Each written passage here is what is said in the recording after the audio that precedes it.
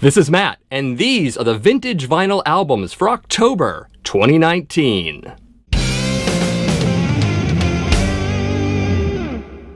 There are albums widely considered cornerstones of a given metal subgenre.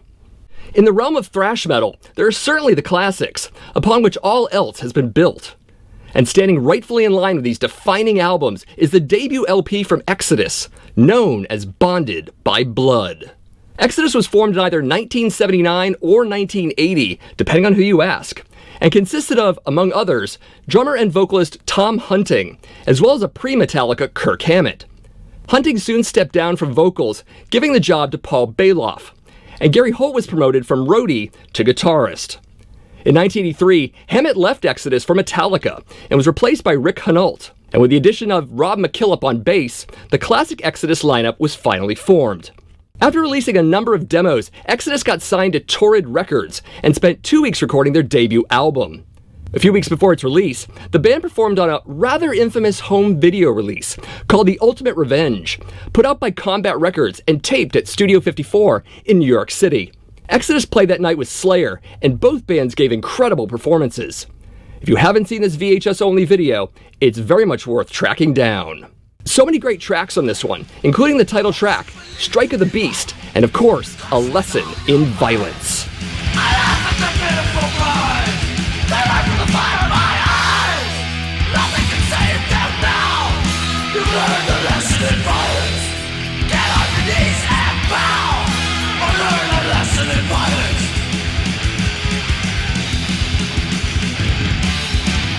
Speaking of which, the album was originally called A Lesson in Violence, but was soon changed to Bonded by Blood over album art difficulties. The album was also delayed by 8 months due to a combination of the limited influence of a fledgling record label, as well as needing new art to fit the new album title. Many have speculated that, had the album come out in the summer of 1984 as intended, it would have taken advantage of, and even challenged, now thrash classics such as Metallica's Ride the Lightning, and later, Megadeth's first album. But is it all a matter of timing? Let me know in the comments what you think. As for the final cover art, it was painted by Richard A. Ferraro, who was also responsible for the cover art of Tension's first and only album, Breaking Point. Unfortunately, not much else is out there concerning this mystery illustrator. Of course, there was a change to the artwork in 1989 when Bonded by Blood was reissued on CD. In addition to losing the classic art, this edition also omitted the lyrics section, as well as added 2 live tracks, not featuring the original vocalist. Needless to say, some fans weren't entirely receptive to these otherwise minor changes. At the end of this album's tour, Paul Bailoff was fired from the band, purportedly because of his drug and alcohol excesses. He was replaced by Steve Sousa, who was with the band until 1994 during their initial breakup, then returned in 2002, then left in 2004, and then returned again in 2014, where he remains their singer. Sadly, in 2002, original Exodus vocalist Paul Bailoff died of heart failure following a stroke and resultant coma. The band's 2004 album, entitled Tempo of the Damned, is dedicated to Bailoff's memory. And if you were wanting what is easily the biggest stroke of fortune to come out of the Exodus story, one only need look to Gary Holt. Although Holt's contribution to Exodus as a guitarist and primary songwriter can't be denied, his initially temporary gig playing for Slayer turned out to be permanent, as Slayer guitarist Jeff Hanneman died in 2013 of alcohol-related cirrhosis. Holt is now a member of both Exodus and Slayer. I remember seeing a 2017 television appearance of the band, performing the track Raining Blood, and thinking, boy Gary, did you ever think back in 1985 that you'd one day be playing on The Tonight Show? Yeah, probably not. Bonded by Blood has seen many relatively recent vinyl reissues. First by Back on Black in 2009 in a 2 LP gatefold set with 2 live bonus tracks and a number of colored vinyls. Later reissues came from High Roller Records between 2014 and 2017, and with the original tracks on a single record, but also in a number of vinyl colors. After 30 years and over 5 million albums sold, Exodus are still going strong. As pioneers of the thrash metal genre, heck, some might even say they were the first Bay Area thrash band, period. Their legacy is simply undeniable. Even Rolling Stone ranked Bonded by Blood as 45th on their list of the 100 greatest metal albums of all time in 2017. Exodus are currently writing their 11th studio album, due in either late 2019 or early 2020. The fourth full-length album from Florida's Savatage followed a somewhat failed commercial record, a direction pushed on the band by their label, Atlantic Records. So at this point, the question became, could Savatage make a successful album with mainstream appeal, but still remain true to their own creative vision? A whole lot of signs point to yes. Hall of the Mountain King is a clear reference to composer Edvard Grieg's In the Hall of the Mountain King, whose relevance is most evident in the track Prelude to Madness, which is an arrangement of Grieg's signature piece. Classical fans will also note the track's introduction, as it's a brief rendition of the Gustav Holst piece, Mars, the Bringer of War. The album was produced by Paul O'Neill, who was influential in Savatage's musical direction change here, including their addition of symphonic elements, as well as the beginnings of their future progressive metal leanings. Apparently, Savatage was satisfied with O'Neill's work, as he worked with the band on the following 9 albums as well. O'Neill also produced albums for Omen, Metal Church, and Trans-Siberian Orchestra, among others. Sadly, Paul O'Neill died in 2017. Preferred tracks on this album include the title track, and especially White Witch.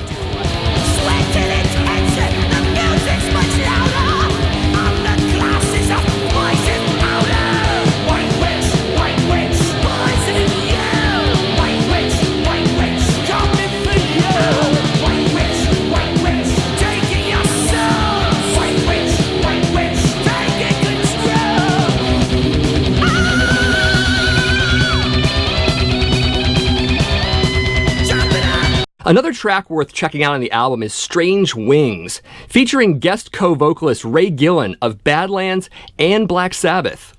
Gillen is definitely an underrated singer, and never really got the credit he's due. Check out this and some of his other performances with the bands I'd mentioned to hear what I'm saying. The album did pretty well for itself. It's considered one of their more popular releases, also having reached number 116 on the Billboard 200 chart in early 1988. 2 music videos from songs on this record were also released for the tracks Hall of the Mountain King and 24 Hours Ago. As for reissues on vinyl, there was a 2004 release of the album on picture disc by Vinyl Maniacs out of Sweden, with only 1,000 made. Expect to pay about $60 and up for this one, in good shape, as of the time of this recording. At this point in their career, Savatage was really trying to get back to their metal roots. After bending to the will of their record label and recording the previous album, Fight for the Rock. Elements of power and prog metal, combined with some classical sensibilities, really came together on Hall of the Mountain King, and set the stage for their next album, which is another fan favorite, known as Gutter Ballet. I'd recommend both Hall and Gutter, as well as their debut album Sirens, to start with. Fantastic stuff. Dokken's second album was both an attempt to best a lackluster debut release, but also to fight to stay on their record label.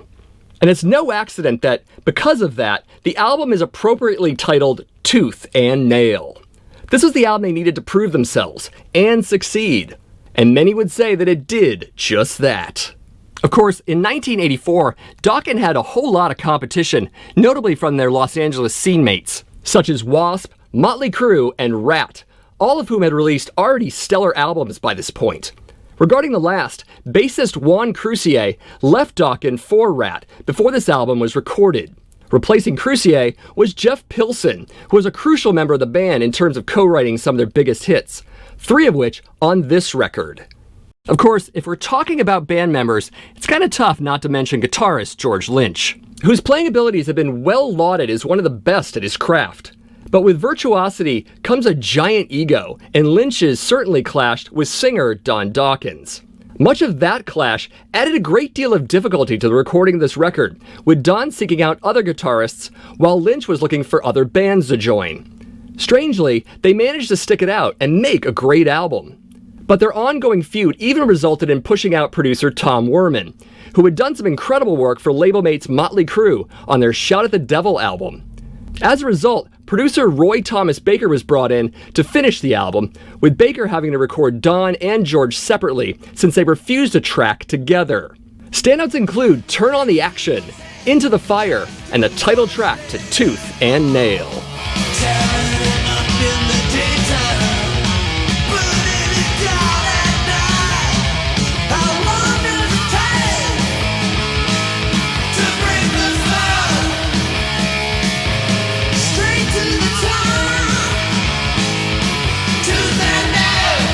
Music videos for the singles on this album were made for Just Got Lucky, Alone Again, and Into the Fire. Of note is the single and video for Alone Again, which is considered responsible for pushing the album to gold status, with a peak on the Billboard 200 chart at number 49. It would take another 5 years for Tooth and Nail to reach platinum status. In addition to seeing Dokken open for Twisted Sister in January of 1986, I saw the band on the only Monsters of Rock festival to ever make it to the United States, back in 1988. Funny story, actually. Metallica had just finished their set, and Dokken's road crew was setting up for their band. Some scrubby-looking dude with bleach blonde hair was setting up a vocal microphone, and I dismissed him as just another roadie. All of a sudden, he quickly grabs the mic, hits a falsetto scream through it, and then the band runs out and they launch into their set, all within seconds. It was Don Dokken. I was front row center and simply couldn't tell until he sang. Kooky. There was only one reissue on vinyl for Tooth and Nail, and that's the 2017 remastering by Friday Music on 180-gram vinyl and with a gatefold jacket. This vinyl reissue is actually licensed by Elektra, so it's definitely the real deal. Track it down if interested. Tooth and Nail was followed by another highly successful album in 1985 known as Under Lock and Key, which also had 3 very big singles. If wanting to hear Dokken for the first time, I would point you towards Tooth and Nail first and Under Lock and Key to follow. There were a handful of essential bands that come out of Los Angeles that would be responsible for forming what came to be known as glam metal or pop metal, or if you prefer the pejorative, hair metal. Regardless, Tooth and Nail really stands alongside the best of this musical wave and is well worth the listen. Get to it. The second album from the band Omen. No, not the Australian Omen, or the Hungarian Omen, or the Malaysian Omen, and certainly not the UK Omen, but the American band's second album builds well upon their debut release and generally improves upon their power metal sound. Omen is among a number of bands considered to have started the American power metal genre in the 1980s, including such other bands as Manowar, Savatage, and Manila Road, who were, in turn, influenced by power metal progenitors Rainbow, Judas Priest, and Iron Maiden. Speaking of whom, there's the incredibly obvious and very strong Iron Maiden influence on Warning of Danger. But it's filtered through Omen's own brand of melodic power metal, and it really works for them. Certainly not a clone band. In all fairness, though, the production is a little flat, but some strong tracks make up for a whole lot of that. With side 2 as the stronger half of the album, my recommended tracks include Termination and especially Red Horizon. You like the red horizon, living fearful of the bed.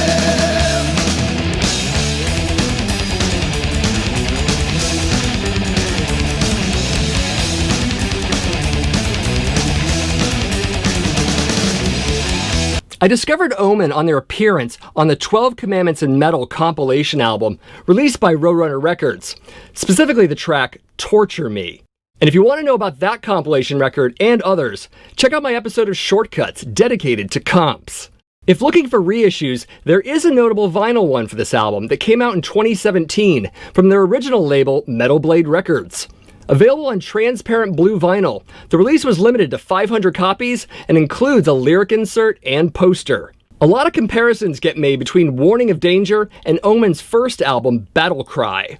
And not without reason. The two are similar in some respects, but with the latter being a bit more melodic and catchier at times.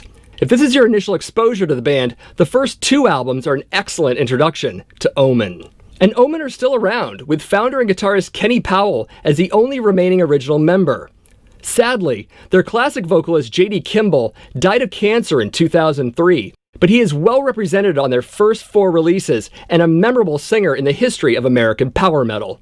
Omen's most recent releases include a full-length studio LP in 2016 and a CD single in 2018.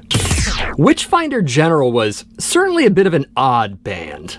Coming out of the new wave of British heavy metal scene of the early 1980s, they not only went on to influence the coming doom metal genre, but before all that, they put out a decent follow-up to their now revered debut album, Death Penalty. The low production effort certainly gives Friends of Hell a garage band feel, and the lyrics are pretty bad at times. But with the tuned down guitars and crushing riffs, it all seems to make sense. And if that doesn't convince you to check them out, maybe you'll buy into the completely topless girls on the covers of some of their albums, notably on this record's jacket.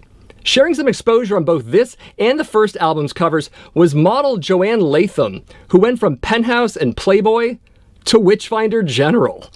She had already gained a sizable popularity in Britain for her lack of clothing in both The Sun and the Daily Mirror, and has even a 1978 documentary on her. Whether her appearance on these record album covers is a step up or down is up for you to decide. Standout songs include the title track, as well as Requiem for Youth and Quietus.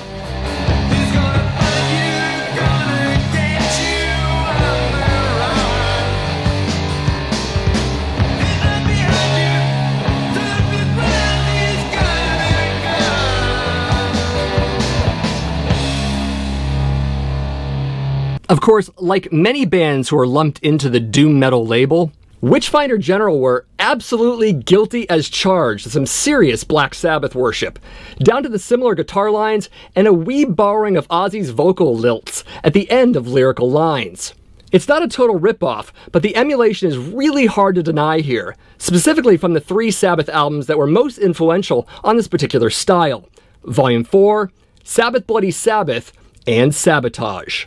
Chronologically speaking, it would make sense that Friends of Hell might have, in turn, been some sort of influence on the next wave of doom metal bands of the late 80s and early 90s. But how do you feel about bands who show their influences, almost to the point of impersonation? Let me know in the comments. As for reissues, there have been a few on vinyl, the first of which is included in a box set released by the Buried by Time and Dust Records label, known for reissuing a number of no-album classics, and not-so-classics. The 2010 box set also includes a reissue of their first album, Death Penalty. Both albums are 180-gram vinyl, and the set comes with a 20-page booklet with a foreword by guitarist Phil Cope, as well as many old photos of the band. Back on Black Records also put out reissues of the album, first in 2010 and limited to 1,000 copies, in 2011 on either red or blue vinyl, and a 2015 reissue in yellow vinyl as a Record Store Day exclusive. Back on Black also put out a picture disc version of Friends of Hell in 2017 as a UK Record Store Day release. Although the band did break up in 1984, they reformed in 2006 and released their 3rd studio album in 2008, and then nothing. If you know if they're still around, let me know in the comments. For an album that's mired in controversy, deceit, and death, the second release from Ozzy Osbourne manages to not only improve upon its predecessor, but has secured itself as both a masterpiece and a heavy metal classic.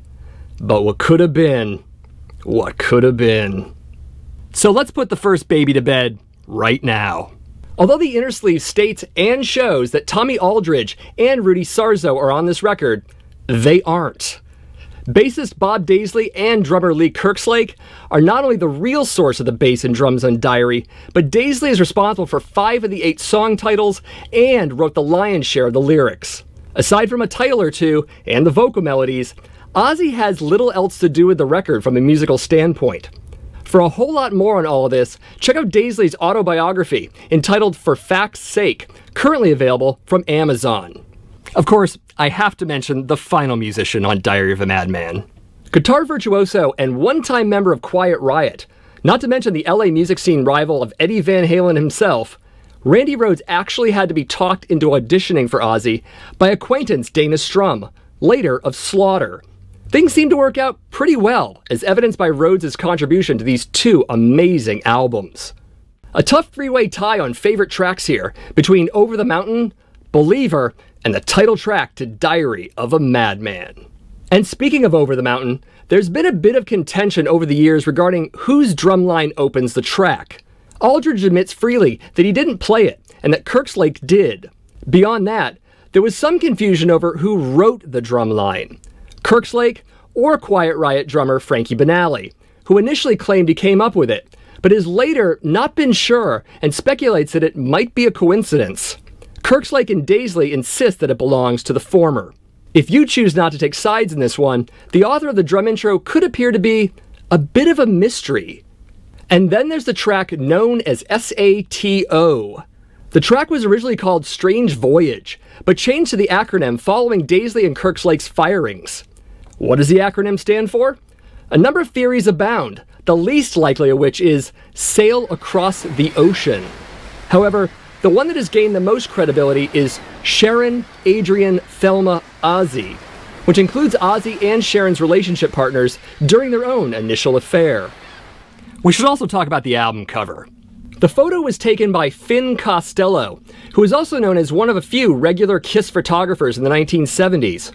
And yeah, Costello shot some other folks too, but I'm going to mention Kiss, just because. As for Costello's work on Diary, the child in the back of the shot is none other than Ozzy's eldest son, Louis. And the parchment poster on the back wall reads, Ozzy Osbourne, the band.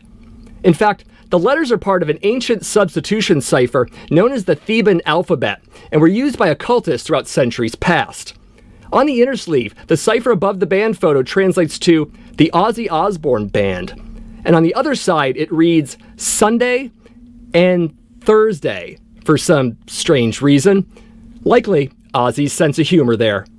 Without exception, this is my favorite Ozzy album, having discovered it in late 1983, months after owning Blizzard of Oz and Speak of the Devil. It's a more mature effort than their debut album. The songwriting is improved, and the guitar work is both heavier and or more complex, depending on the track. It's also Ozzy's favorite Ozzy album, according to his autobiography. Sadly, this was the final album with Randy Rhoads, who died in a plane crash in March of 1982. Randy's signature playing on the first two Ozzy albums spawned numerous imitators, and he's well revered to this day by metal guitarists worldwide. In 2017, Rhoads was inducted into the Hall of Heavy Metal History for defining heavy metal lead guitar. Before I get to the vinyl reissues, there is one reissue on CD that sparked a notable amount of controversy. In 2002, Diary of a Madman was re-released, but with re-recorded bass and drum parts, effectively cutting out Daisley and Kirkslake. It's a sleazy move, likely done in retaliation for the musicians winning a lawsuit against the Osbournes for song credit and royalties. Ozzy blames his manager wife for the whole to-do, but it's still a nasty and needless act. If interested, there's a lot more to this story, and I would point you to bobdaisley.com for the details. Thankfully, the 30th anniversary edition of Diary was released on vinyl in 2011 and with the original recordings.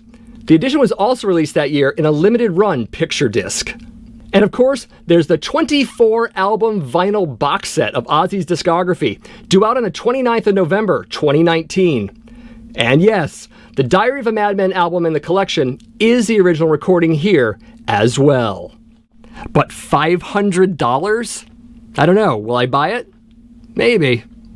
If you're a fan of the vinyl reacquisition project, you'll definitely want to pick up an official VRP t-shirt. Log on to the website listed below for ordering details and get yours today. In more modern releases, the 2018 release of Firepower is the 18th album from Judas Priest and was issued on an insane number of colored vinyl versions, including transparent orange with black speckle, orange with black marble, burgundy, red, blue marble, red and yellow with black marble, black with clear swirl, clear, orange, transparent yellow, and good old generic 180-gram black, which is what I have. Firepower comes in a 2-record set with a gatefold and a raised design cover, not to mention an MP3 download card. Really top-notch packaging and art design with this one, and certainly a vinyl release well worth getting. So I definitely want to thank Mark for getting me this t-shirt. Mark went to the show in London, saw Kiss earlier this year, and he picked up this shirt and put it in the post and sent it to me. So I'm hugely grateful for that, so thank you, Mark. And as always, if you like this video, I appreciate if you share it with your friends on social networks, and also give it a like. One of these, pick one. It's really appreciated. Also, if you haven't already done so, please subscribe to the Accusation Network YouTube channel. I do shows once a week, usually on Mondays, half a dozen different shows, all on vintage vinyl and metal and all that good stuff. So definitely subscribe. And if you want to support this network just a bit more, consider becoming a patron of The Accusation Network. Go to patreon.com/The Accusation Network, check out the reward tiers, and see how you can contribute. One of the benefits, of course, is early access to shows. All my shows, you get to see them up to 7 days early. Sometimes it's 3 days, sometimes it's 2, depending on my production schedule, but definitely early. Definitely check that out. Again, patreon.com/The Accusation Network. And as always, see you next month.